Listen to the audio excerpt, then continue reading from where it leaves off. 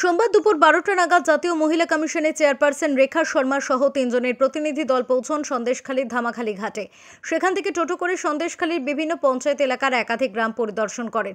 বলেন, দীর্ঘদিন ধরে যেসব মহিলাদের উপর অত্যাচার হয়েছে সেই সব কথা শুনবেন এবং সমাধানের চেষ্টা করবেন। महिलाओं को आगे आना होगा, बात करनी होगी। अब मैं इसी उससे आई हूँ कि आप डरे नहीं और मुझसे आके बात करें। मैं पूरा दिन यही हूँ, हर घर में जाऊँगी, चाहूँगी कि वो मेरे हमसे बात करें, टीम से बात करें और हम उन सारी कंप्लेंट्स पे जो भी आगे आएगा उन पे काम करें। अभी तक तो एक भी नहीं आ रही थी, अब एक महिला तो आई और वो भी कोर्ट में गई है क्योंकि पुलिस कुछ नहीं करती है, इसीलिए कोर्ट में जा रही हैं महिलाएं ताकि कोर्ट में कुछ तो करेगी। पुलिस कुछ नहीं करती है और जब महिलाएं आगे जाती हैं तो उन्हीं के जो रिश्तेदार हैं उन्हीं को अरेस्ट कर लेती है पुलिस।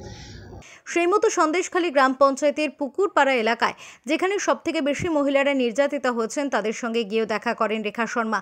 অন্যদিকে এলাকার একাধিক মহিলা মুখে কাপড় ঢেকে সংবাদ মাধ্যমকে জানিয়েছেন তারা কিভাবে দীর্ঘদিন অত্যাচারিত হয়েছেন। সে বিষয়ে সবিস্তারে জানিয়েছেন মহিলা কমিশনকে। আমরা যেভাবে অত্যাচারিত বা আমাদের যেভাবে আমরা ভীত, এখনো পর্যন্ত ভীত, আমাদের সব কথা ওনাকে জানিয়েছি আর আমরা ওনার হাতে একটা স্মারকলিপি তুলে দিয়েছি যাতে আমরা বিচার পাই। আমরা রাজ্য পুলিশে আমাদের কোনো আস্থা নেই, যে আমরা রাজ্য পুলিশকে ভরসা করি না, আমরা কেন্দ্র বাহিনী চাই আমাদের মহিলাদের সুরক্ষার জন্য, এটা ওনাকে জানিয়েছি। যাতে অবিলম্বে অ্যারেস্ট হয় তার জন্য ওনাকে জানিয়েছি, কারণ আমরা এখন সন্দেশখালীর মানুষ ভীত, তার জন্য আমরা আপনাদের সামনে আমাদের মুখে কাপড় ঢাকা দিয়ে আসতে হচ্ছে।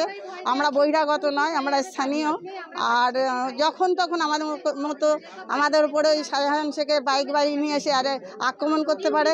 এখনও আমরা সবাই সন্দেশখালীর মানুষ ভীত। উল্লেখ্য, জানা গিয়েছে মহিলা কমিশনের সদস্যরা দেখা করবেন উত্তর 24 পরগনা জেলা শাসক সহ বসিরহাট জেলার পুলিশ সুপারের সঙ্গে। এই সংক্রান্ত বিস্তারিত রিপোর্ট রাষ্ট্রপতির কাছে পাঠাবেন। ব্যুরো রিপোর্ট, ওঙ্কার বাংলা।